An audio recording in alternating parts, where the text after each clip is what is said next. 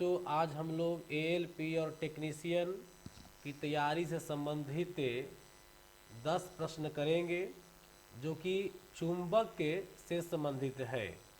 आज के बाद जो भी वीडियो बनेगी वो टॉपिक वाइज होगा। तो आइए देखते हैं क्वेश्चन नंबर 1। चुंबक की प्रबलता सबसे अधिक कहाँ होती है? देखिए, चुंबक की प्रबलता को हम लोग चाहे तो पावर भी कह सकते हैं या हिंदी में इसको शक्ति भी कह सकते हैं। तो याद रखिएगा, चुंबक की सबसे अधिक जो पावर होती है, शक्ति जो होती है, वो ध्रुव पर होता है, इसीलिए आंसर ए होगा। बीच में सबसे कम होता है, बीच में जो पावर होगा वो सबसे कम होगा और ध्रुव पर क्या होगा? सबसे अधिक होगा। नोट कर लीजिएगा।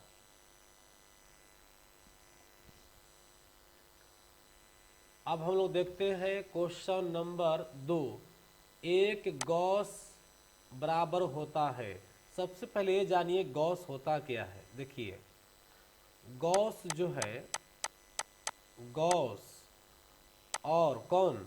गॉस और टेस्ला। गॉस और टेस्ला दो यूनिट को याद रखिएगा। यह दोनों यूनिट जो है चुंबकीय तीव्रता या प्रेरण, चुंबकीय तीव्रता या प्रेरण का मात्रक है। गॉस जो है सीजीएस मात्रक है और टेस्ला जो है एसआई मात्रक है। तो गॉस और टेस्ला में क्या संबंध है इसको जानना होगा। एक गॉस बराबर होता है 10 का पावर -4 टेस्ला। इसको नोट कर लीजिएगा। एक गॉस बराबर क्या होता है? 10 का पावर -4 टेस्ला।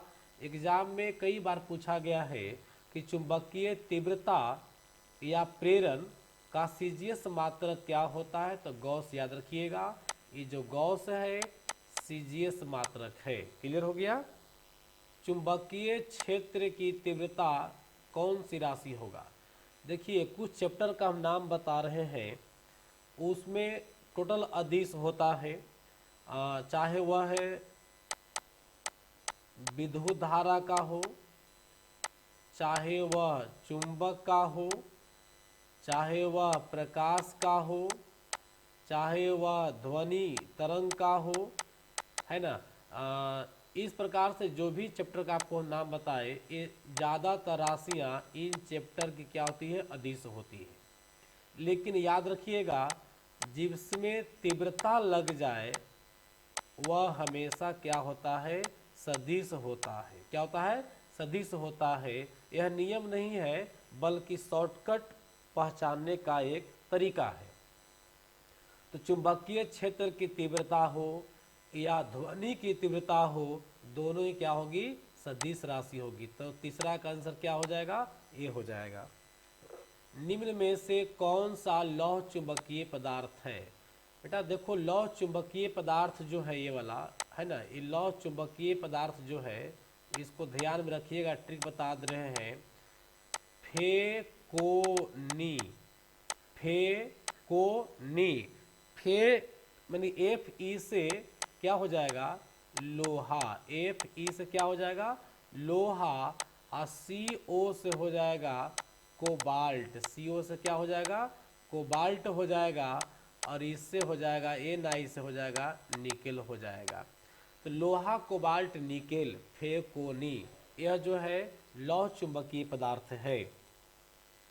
इसके अलावे और भी कुछ ऐसे पदार्थ हैं चुंबकीय होते हैं, जैसे कि नाम सुने होंगे आप लोग, अल्निको। अल्निको का नाम सुने होंगे। अल्निको, अल्निको का मतलब हो गया बराबर, देखो, A फॉर एल्युमिनियम, ठीक है, और Na से हो गया निकल, और CO से हो गया कोबाल्ट। यह स्मॉल होगा।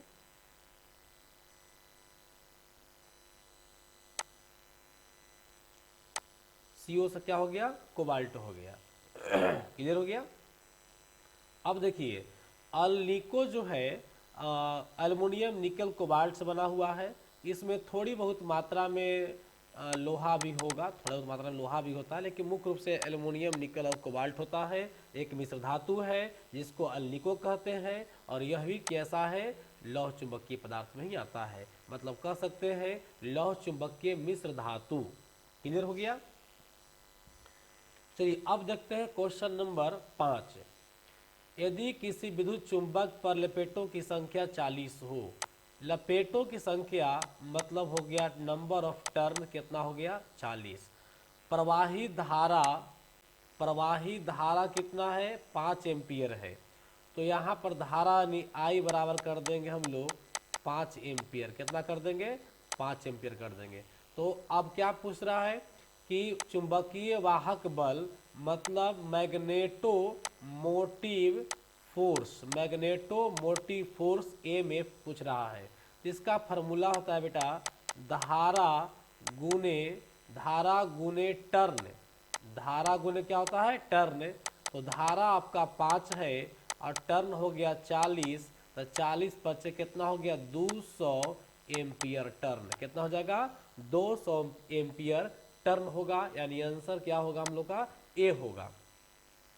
एक बात और ध्यान दो, ये जो मैग्नेटोमोटिव फोर्स है मतलब चुंबकीय वाहक बल, और एक और होता है याद रखिएगा इलेक्ट्रोमोटिव फोर्स विद्युत वाहक बल, बी वा ब बोलते हैं। इसको बोलते हैं चूवा बल, चूहा बल नहीं, चुंबकीय वाहक बल हो गया। क्लियर हो गया।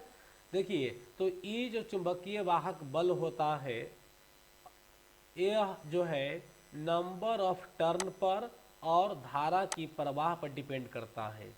जितना टर्न ज़्यादा होगा, जितना धारा ज़्यादा होगा, उतना ही चुंबकीय वाहक बल एफ जो है अधिक होगी।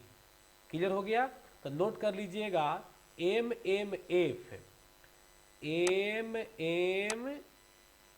सॉरी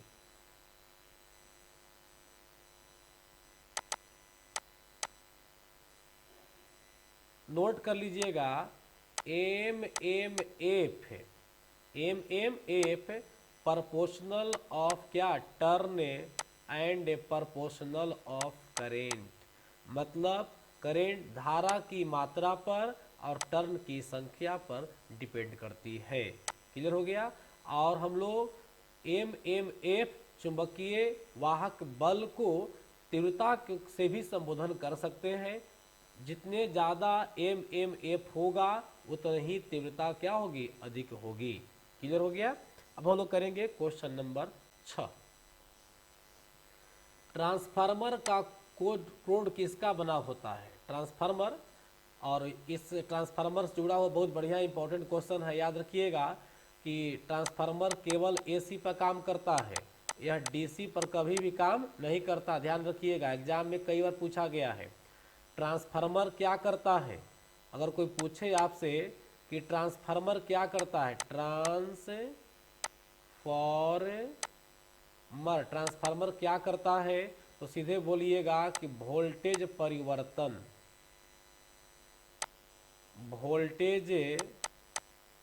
परिवर्तन का काम करता है। ट्रांसफार्मर क्या करता है, वोल्टेज परिवर्तन काम करता है, या कह सकते हैं वोल्टेज रेगुलेशन, या कह सकते हैं वोल्टेज रेगुलेशन। वोल्टेज रेगुलेशन करना, परिवर्तन करना काम किसका है, ट्रांसफार्मर का है। यह वोल्टेज को बढ़ा सकता है, घटा सकता है, ज्यों को त्यों दे सकता है। लेकिन याद रखिए ट्रांसफार्मर कभी भी एसी को डीसी नहीं, डीसी को एसी नहीं करता है। आपको एग्जाम में उलझाने के लिए यह बात दे देगा कि ट्रांसफार्मर एसी से डीसी करता है, डीसी से एसी करता है, लेकिन आप इसमें नहीं उलझिएगा। ट्रांसफार्मर जो है केवल वोल्टेज रेगुलेशन का काम करता है, केवल वोल्टेज चेंजिंग काम करता है, केवल वोल्टेज कंट्रोल करता है। वोल्टेज बढ़ा के देगा या वोल्टेज घटा के देगा। वोल्टेज घटा के दे रहा है तो उसको स्टेप डाउन बोलते हैं, और वोल्टेज बढ़ा के देगा तो उसको स्टेप अप ट्रांसफार्मर कहते हैं। स्टेप अप एंड ट्रांसफार्मर दो प्रकार के, step up and down. Down वाला वोल्टेज घटाएगा और अप वाला वोल्टेज बढ़ाएगा। क्लियर हो गया। हम लोग का मोहल्ला में जो ट्रांसफार्मर लगा होता है वह जो होता है मोहल्ला वाला 11,000 वोल्ट से 220 वोल्ट में कन्वर्ट करता है। मतलब 11 केवी को 220 वोल्ट में 2200 नहीं है, सॉरी, चलो 220 वोल्ट में कन्वर्ट करता है। बताइए स्टेप अप है कि स्टेप डाउन है? याद रखिए बाबू, यह जो होगा स्टेप डाउन होगा। क्या होगा? स्टेप डाउन होगा। वोल्टेज बढ़ाने वाला स्टेप अप, वोल्टेज घटाने वाला स्टेप डाउन। चलो खैर, अब क्वेश्चन पाते हैं। ट्रांसफार्मर का क्रोड, ट्रांसफार्मर का क्रोड कई प्रकार का होता है। कुछ इस प्रकार के भी होते हैं, कुछ इस प्रकार का भी होते हैं, और कुछ जो है से ई जैसा होता है, और इसी को मिला मिला करके क्रोड का निर्माण किया जाता है। कई शेप में ट्रांसफार्मर कोड आता है। खैर हम लोग सिलेबस से पढ़ेंगे। फिलहाल तो ट्रांसफार्मर कोर जो होता है वो सिलिकॉन इस्पात का बना होता है। किसका होता है? सिलिकॉन इस्पात का बना होता है। इस्पात का क्यों बनाया गया? ताकि जो है स्ट्रॉन्ग मैग्नेट का निर्माण हो सके। जो इस्पात से बनता है, मैग्नेट बनता है, वह स्ट्रॉन्ग होता है, इसीलिए इस्पात का यहाँ प्रयोग किया जाता है। अब हम लोग देखते हैं क्वेश्चन नंबर 7। चुंबक के चारों ओर पैदा हुई चुंबकीय बल रेखाओं की दिशा होती है। देखिए यह जो है आपका बार मैग्नेट है। क्या हो गया? बार मैग्नेट हो गया। तो बार मैग्नेट में एक तरफ नॉर्थ पोल, दूसरी तरफ क्या होगा? साउथ पोल होगा। बार मैग्नेट में इस प्रकार से लाइन की कल्पना करते हैं हम लोग कि नॉर्थ पोल से निकलेगा, अब ऐसे होके यहाँ जाएगा इस प्रकार से। देखिए फिर यहाँ से नॉर्थ पोल निकल के ऐसे प्रवेश करेगा। एक लाइन नहीं, बहुत सारी लाइनें निकलती है इस प्रकार से, है ना। इसी लाइन को हम लोग कहते हैं चुंबकीय बल रेखा कहते हैं। और याद रखिएगा यह सभी लाइन जो है आपस में समानांतर होती है। हमारा फिगर में कट गया है बट कटना नहीं चाहिए।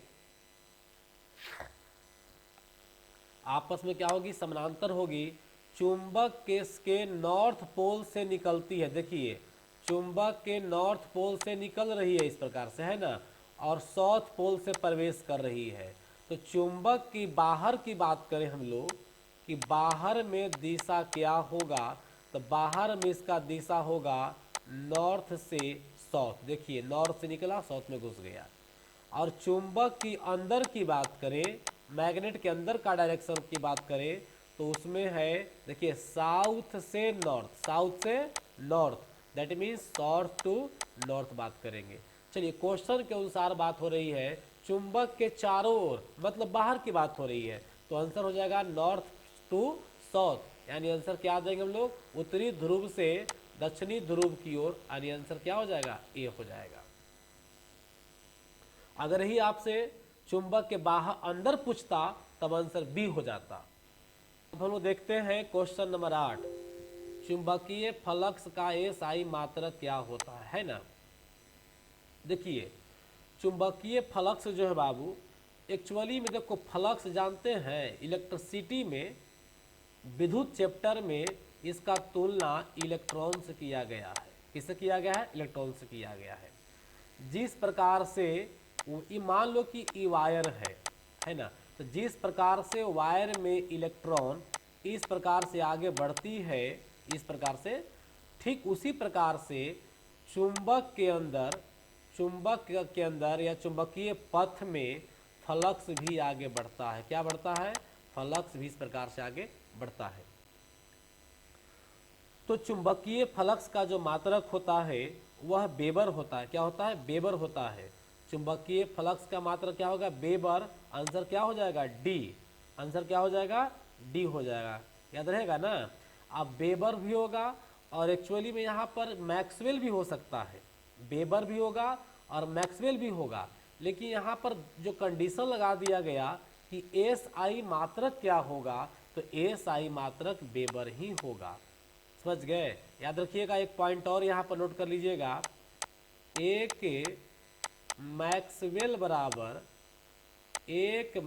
बराबर होता है 10 का पावर -4 वेबर, 10 का पावर -4 वेबर होता है, नोट कर लीजिएगा इसको। क्लियर हो गया।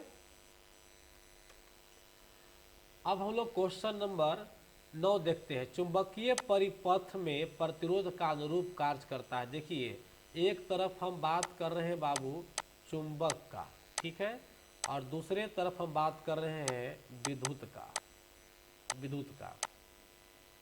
जिस प्रकार से विद्युत में चालक होता है, क्या होता है, चालक यानी कंडक्टर, ठीक उसी प्रकार से अगर इसकी बात करें तो यहाँ पर होता है परमियंस, होता है परमियंस, PER पर मीएंस, क्या होता है, परमियंस होता है। विद्युत में चालक कंडक्टेंस और चुंबक में परमियंस, प्रवेश्यता, क्या इसको बोलेंगे, या बोलेंगे प्रवेश, मतलब जिसमें चुंबक का गुण प्रवेश कर सके। चालक मतलब हो गया जिसमें करेंट, इलेक्ट्रॉन, आवेश बह सके। क्लियर हो गया। यहाँ पर हम लोग चालकता कहते हैं, जो प्रॉपर्टीज है, गुण है, जैसे मानव और मानवता होता है, ठीक उसी प्रकार से चालक और चालकता होती है। और इधर होता है परमियंस होगा और परमिबिलिटी होगा, परमिबिलिटी होगा। क्लियर हो गया। और हिंदी में इसको बोलेंगे प्रवेश्यता। क्या बोलेंगे बाबू, प्रवेश्यता।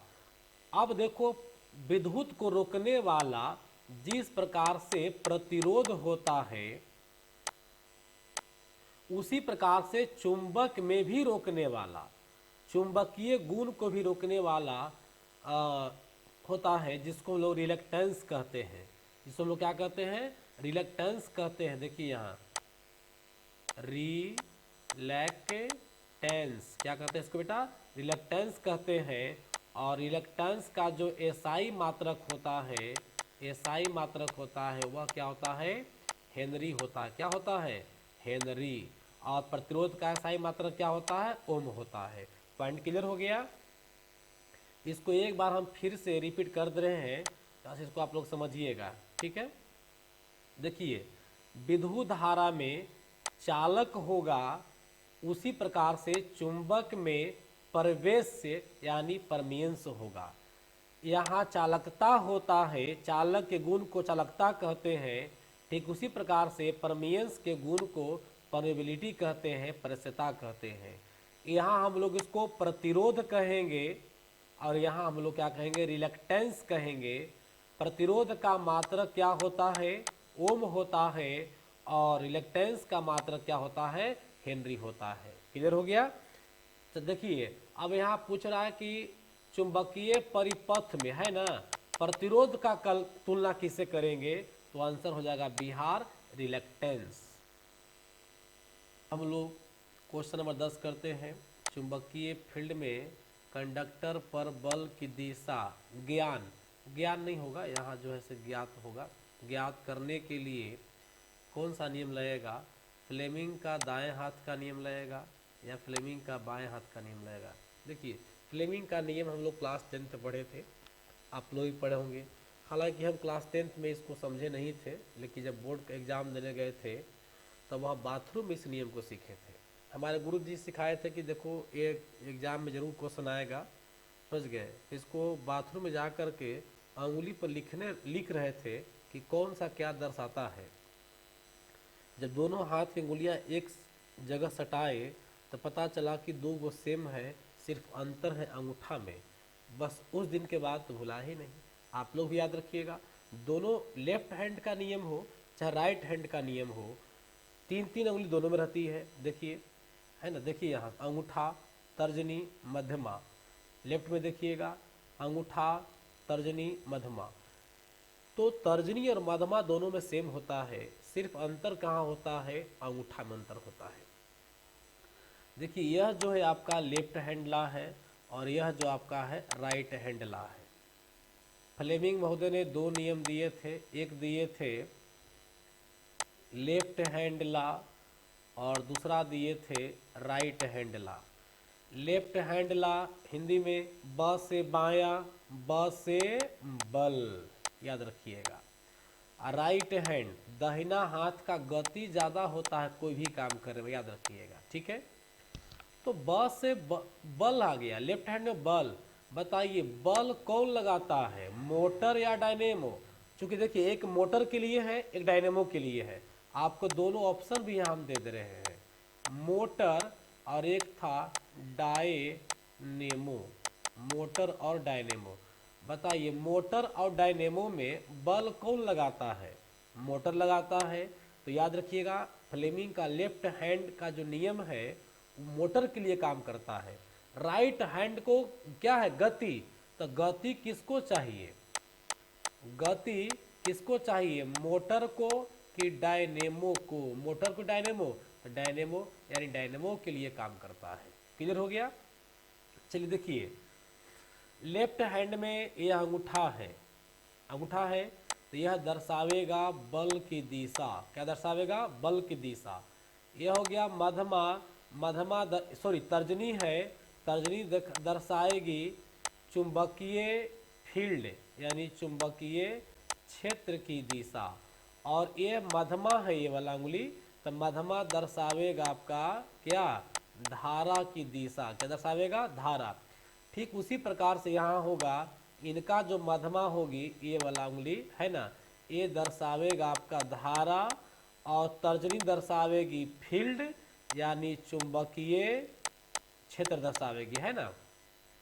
अंगूठा देखिए यहाँ मिस्टेक से लिखा गया फोर्स, यहाँ पर मोशन होगा, मोशन या कह सकते हैं डायनेमिक, जो भी हो। तो यहाँ दर्शावेगा गति। क्या दर्शावेगा, गति। तो दाहिना हाथ का जो अंगूठा होता है वो गति का दिशा दर्शावेगा और बायां हाथ का अंगूठा बल का दिशा दर्शावेगा। बायां हाथ काम करेगा किसके लिए बाबू, ये काम करेगा मोटर के लिए, और यह जो है काम करेगा किसके लिए, डायनेमो के लिए। किसके लिए काम करेगा, डायनेमो के लिए। चलिए तो आज का क्लास यहीं पर समाप्त करते हैं, फिर मिलेंगे हम लोग अगली क्लास में।